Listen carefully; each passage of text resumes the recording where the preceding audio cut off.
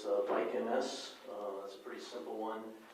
As you know, the MS bike tour goes down the coast here. We just happen to be a pass-through town. So they fill out a special events application to let us know, and we direct them where to go on the street and everything like that. Very simple. One year they did it during Bamboozle, and it all worked. So, okay, good. The next one is Family Day. This is an event that we've done before. They're asking permission to use the community courts. They do this pretty often too. Yeah, every year they do this. The only thing I want to point out is that on the back of the application, they talk about city resources here. They say community block grant funds. There's been no application for community block grant funds at this time. So. Yeah, that was, it's a great event. Yeah. Every year, but that concern. Well, I think they've applied. I don't think We've never done. Yeah. No, never. They applied for it. Well, Tom, was there some discussion last year as to when they went to put this on, where the funds were coming from? Yes. And they went elsewhere? Yes, they did. They did. I don't know where they went, but yes. Any other questions? Yeah, if we do approve this because they have this down here, Mm-hmm. are they expecting the city to come up with the funds? No, no. No, he said. You're not approving community block grant funds as part of this application. You're just completing, the event itself. But it does say, describe all city resources and/or services that will be required to provide a connection with this event. I don't want to look like we're voting yes on this.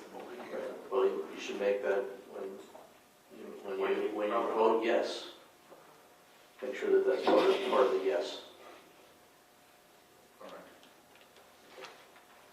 right. So make the no part of the yes. Excuse me? Make the no part of the yes. Yes. Yes. Okay. The next one is a new application. It's really not a run, it's more of a walk, and they're really walking around Sunset Park and back to Georgie's. Very simple. Okay.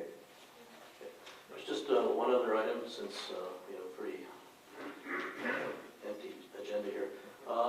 We're going to try to notify residents when we're having runs in the city. And it's more prevalent today than ever because a lot of these runs that we have are actually happened on the boardwalk. And because the boardwalk is not complete right now, some of that we've had to move out to the street. So we have 3 events for the month of April. Put the schedule out there on the table so the public can see that.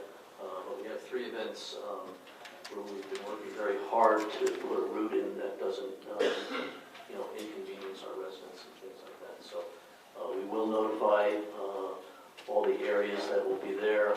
There'll be messages up on the board in Sunset Park, information on the website, including the routes, so people can see where it is. Anything else we might do. We are going to reach out to the coaster too and see if they will post the route so that people will actually see what the route is going to be. Just give you an update on skate and surf. We met with the promoters last week and this week and worked through a number of the issues as far as just the design layout and things like that. They're giving us a new design layout, which I think accommodates the city better than the first one. And Fred is in the process of drafting a contract. So once we've seen that contract, we'll get the contract to you so you can take a look at it. So that's where we are. We hope to have a contract, a finalized contract for you at the next council meeting to vote on. I think that's it. Just so I know with the skate and surf, so it's a bit still pending, so should they Yes. be selling tickets for that already? It's all on their own. Yeah, I mean, we made it very clear as to what our approval was. Our approval only is the date at this time, Okay. contingent on them, the city and them signing an agreement. So if people want tickets, that falls back on skate and surf if for whatever reason Yes. the contract didn't go through? Yes. Okay. Is The that their city own would risk? be liable at all for that? Yeah.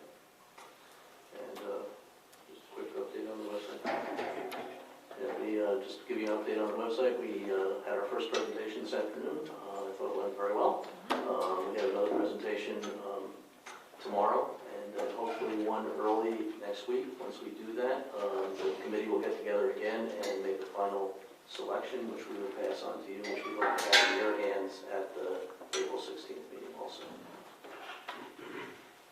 That's it.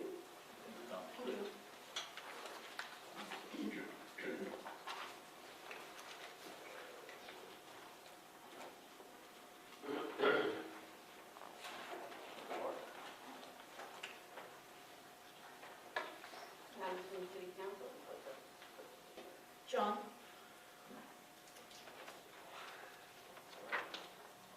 They have two good things and two Not too good thing. so-so things.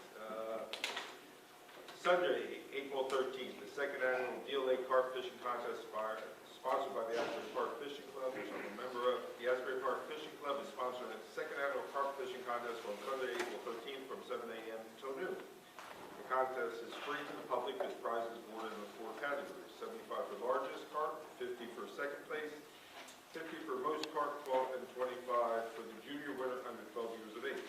Contestants can fish anywhere on Deal Lake and weigh in the catch at the Deal Lake Flume in Asbury Park before noon. A New Jersey fishing license is required for anyone between the ages of 14 and 69, and Joe Pilato asked me to make sure everybody knew about that. And it's a very nice event. Hopefully we'll have a lot of participants. Kudos to the Chamber of Commerce. They announced the winners of the 2014 Carousel Awards. The dinner is on Friday, May 9th at the Berkeley Carteret. It starts at 6. The honorees are John McGillian, Economic Development Award. The Joan Flatley Spirit of Asbury Park Award is going to Jason Meehan. The Kenneth T. Roth Landmark Business Award is going to Corvo Restaurant Supply, who that means Lester and Myrene. God bless Lester. The Public Official Award is going to Garrett L. Giverson, but that's Garrett Senior, just different middle initial. And save the prettiest for last, the Humanitarian Award, Debbie DeLiz. And again, I thought last year's nominees and inductees was like the top, but this one equals last year. Just 5 great people deservedly so get their due honors. So those are 2 positive things. The 2 semi-like positive, maybe a little bit negative things. Recycling in Asbury Park. I think we're doing a so-so job, not a good job. And it's not a question about giving out summonses to people who recycle them wrong. God bless them who recycle them wrong. It's, to me, 80% of the town is not recycling. And I go up and down my street, and it's like 2 out of 40 houses. So we have to pick it up, because it's a big savings in the long run off the tipping cost. The biggest cost with the garbage is the tipping fee. When many years ago we announced we were going to single stream recycling, which means you mix everything together: paper, plastic, this, cans, everything. It was like, wow, this is the neatest thing going. Right now, my family, which is just down to me, my wife, and dog, it's like we're putting out like 2 garbage cans of recycling and 1 little small bag of garbage. So imagine if everybody in the city did that, and what our tipping fees would drop to. So somehow we've got to make it better. It's good, but it's not great.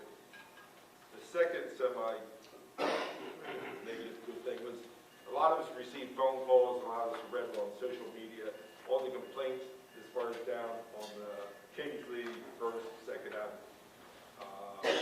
I forwarded that to the police department.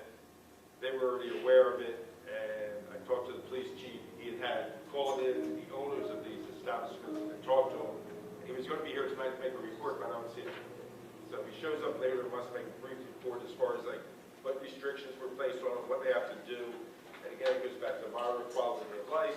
I mean, this is a residential neighborhood 1 block away. If there's a ton of trash out there because of their establishments, to me it's just unacceptable. When I ran Convention Hall, and there was concerts there, the promoters hated me. But I would charge them to clean up 3 blocks this way, 3 blocks this way, 3 blocks this way, the beach and the boardwalk if necessary, and it costs a lousy $120. But that $120 would put like $1 million worth of PR where nobody the next morning was moaning and groaning and bitching. And right now, we have a lot of people down there that live on 1st, 2nd, Berg, Hagen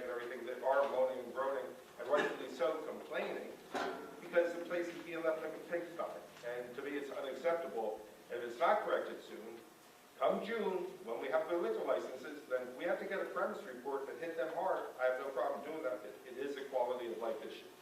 And it cannot keep on going on and on and on, but it is doing. That's it, thank you. Also to add to Sunday, Deal Lake is also having a cleanup, a late cleanup at 9 o'clock, where everybody's meeting at the boat ramp. There's a lot of signs out there. It's our first spring cleaning. Also, I know Joe isn't here, but I would just like, I was walking the boards the other day, and the amount of garbage up against the boardwalk on the north end, and I know it's probably winds, and I know we're not doing beach cleaning or anything, but the garbage is a mess. So if somebody could look at that, I know there are a lot of garbage cans out there, but not everybody knows how to use them. And the card contest too is also a good thing. And that's it. Nope, I'm good, thank you. A couple of quick things. Jack, I don't know, can you give us a time frame on the boardwalk reconstruction? Or update us? I was out there yesterday. It looks like it is almost completed. A lot of people were out there working, and I would say that they are unquestionably targeted to finish by the end of April. Great. So the Rebuild by Design has two events going on. One tomorrow that I think we have some city officials going to, where they're unveiling, I think, more specific plans. What we've seen a lot from them are concepts. And then Friday, there's a jury presentation that a few people are going up to New York City to watch the jury go through questioning the Rebuild by Design team for both the projects in Asbury Park. And then the last thing I wanted to bring up was if we could start looking into possibly getting a direct line to Asbury Park by the train station. So what a lot of people complain about is the transfer either in Newark or Long Branch, and they have the cars now that could do a straight shot from New York to Asbury. And since we're going to have Freeholder unknown at our April 16th meeting, I thought we could certainly bring up the idea of getting direct service for the trains. That's it. We've brought that up several times, but it's a good idea. We should push it again. I'd like to read something that I got over the internet. New Jersey prosecutors, it's high time to legalize pot or marijuana. New Jersey State Municipal Prosecutors Association has come out in favor of legalizing possession of marijuana. I do not do any drugs at all, but I'm in full support of this, so I want the record to show that, because there are so many people that are going to jail for smoking pot, and it destroys their families. They are unable to get driver's license. In some cases, they're unable to get jobs. And if anybody would like further information on that, I would be more than pleased to give that to you. But I want to go on record as to how I stand on that. Another thing, American Association of University Women shows that women ages 35 to 54 face a wider pay gap than younger women do. So women are getting paid much less on the dollar than men are. And I think we need to look into that. Everybody talks about jobs. Lincoln Technical School will be down here on April the 15th. They'll be meeting here in the chambers. If you know of anyone that is looking for employment, I would suggest that they come and at least hear the presentation that Lincoln Tech has. One thing is for sure, for those individuals that finish Lincoln Tech, they're employed for life, as long as they want to work, because of the types of jobs that are offered. I've been asked also numerous times what do I think about the billboard signs that talk about the crime and what will happen if you are caught committing a crime. And many people are sent away from Monmouth County or away from the state of New Jersey. I do believe that it's the prosecutor's job to put up those signs. My take on the whole thing is, though, I think as a city, there are those of us that may not be in law enforcement, and it's extremely important that we send out positive images to persuade people that there is an alternative to committing crime. So I will be working on that project. As some of you may have read in the newspaper, I have resigned from the planning board. And one of the reasons why I have is I have always had a deep concern about the public safety here in the city of Asbury Park. We talk about public safety. I'm just going to mention just a few items, because I know there are many more. Streets being lit, lighting on streets, speeding, cars on the street that have no registration, debris all over the place.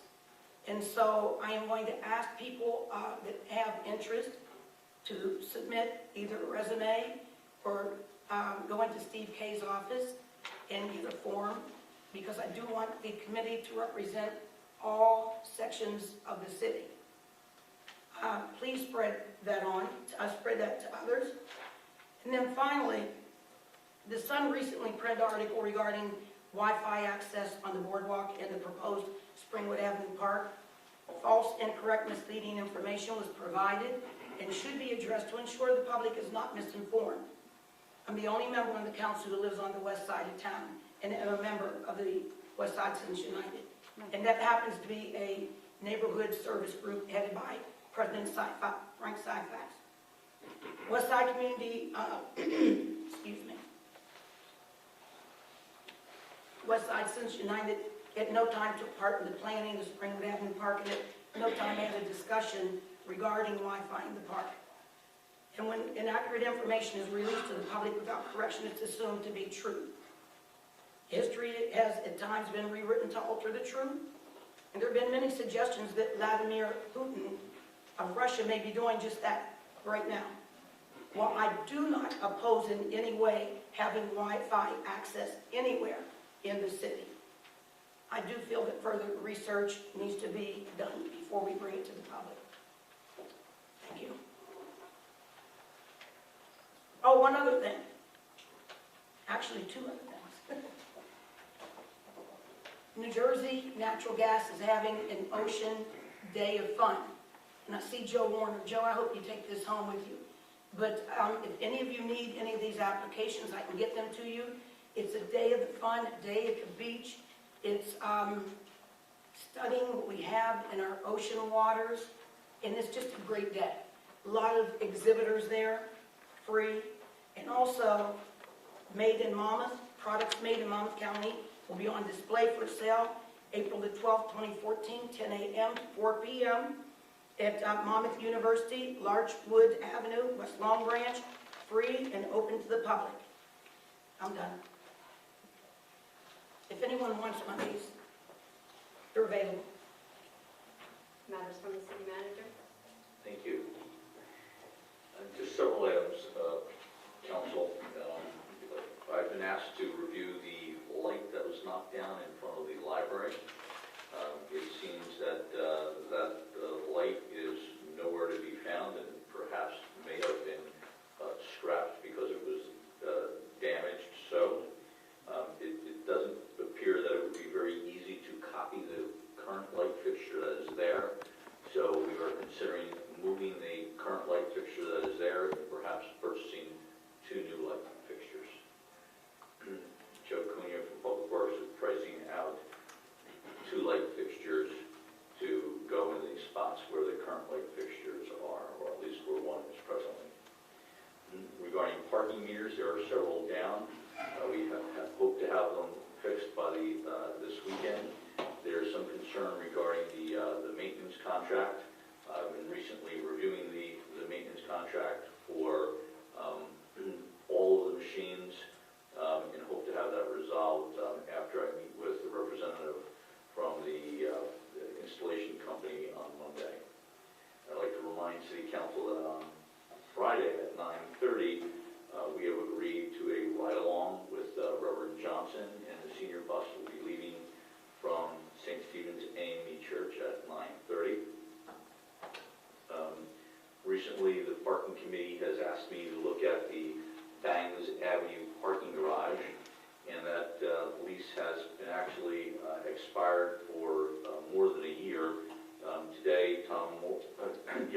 myself have talked with representatives from the State Department of Treasury and the State EPA about renewing that lease. They seemed amenable to do so. They have our insurance certificate, so we sent them today a letter requesting that we renew the lease. There are 3 5-year options left on the renewal, and the parking committee believes very much that the city should be running the garage during the period that the state allows the city to run the garage, which is starting 6 p.m. on Friday, all weekend, and on any state holiday. So we will most likely come back to City Council with an ordinance at the next meeting and draft some fees. The ordinance may be a bit of a hybrid in the sense that we would have an initial fee structure to make the collection of fees very easy until we install equipment that would actually be able to measure the time that someone is using a lot, where you would get a ticket when you come in, and then when you leave, you'd run it through a machine. It would identify how long you've been there. An LED would tell you how much you owe, and then we would collect that dollar amount. But until that equipment gets installed, we may have just a flat fee, and it will be explained in the ordinance that I'd like to have before City Council at the next meeting. Joe Cunha is also pricing a new sweeper. We're going to be sending out a bid for a new sweeper.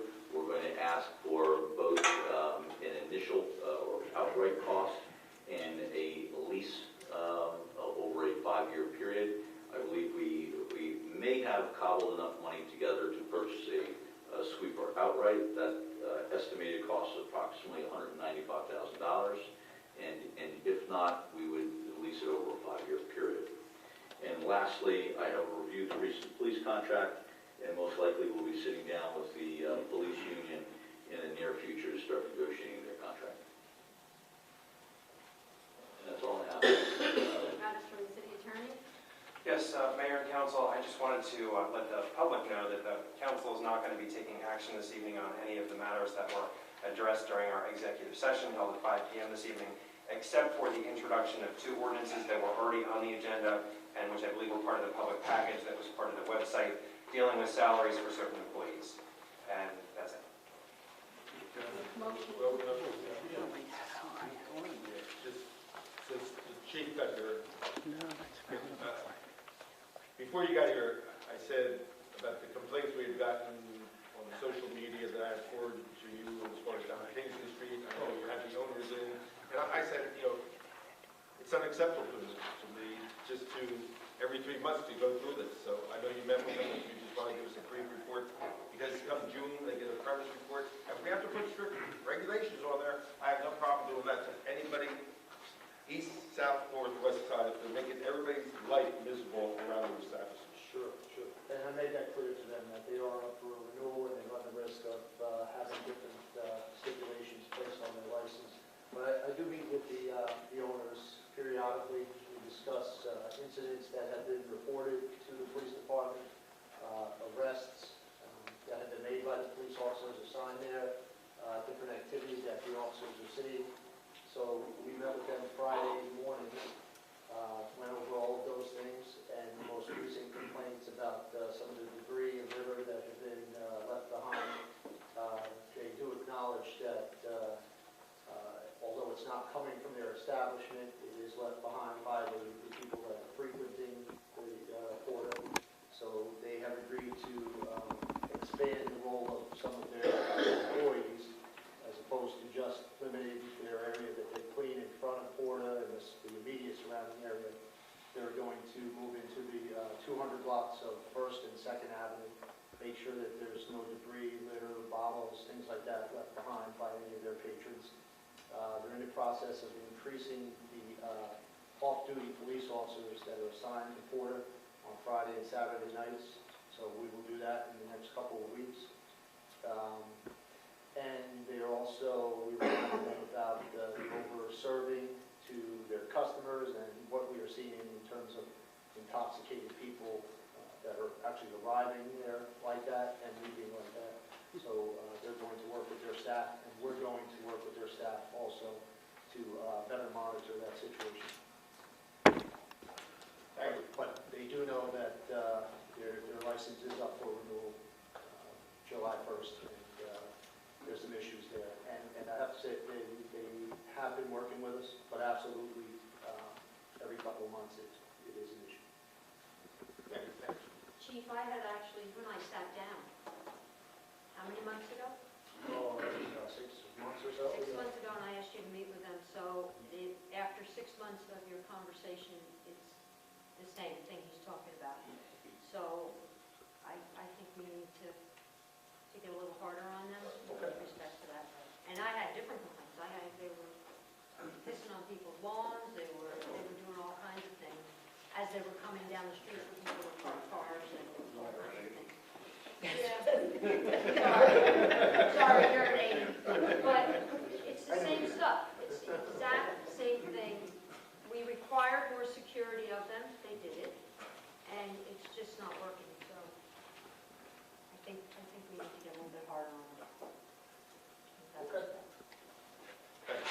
And one last thing, Mr. Kelly, as far as the library link, I'm glad you're on top of it. The proposed outcome, I'm not happy with.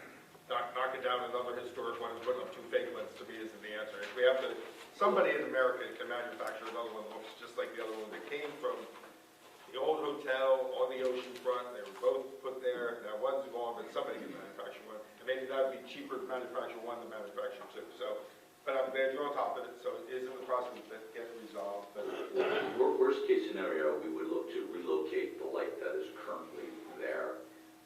We don't necessarily have to replace the light that was knocked down either. We can perhaps, put a flower pot where that was.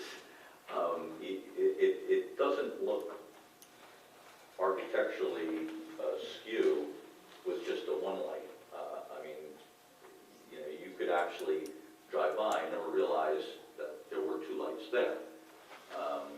You know it because you knew the library was having 2 lights. But when I drove by, I didn't think anything looked this skew. But we will continue to try to price a replacement. The initial cost was outlandish. okay. Thank you. Motion to adjourn? Move it. Second. All in favor? You're supposed to be complimented of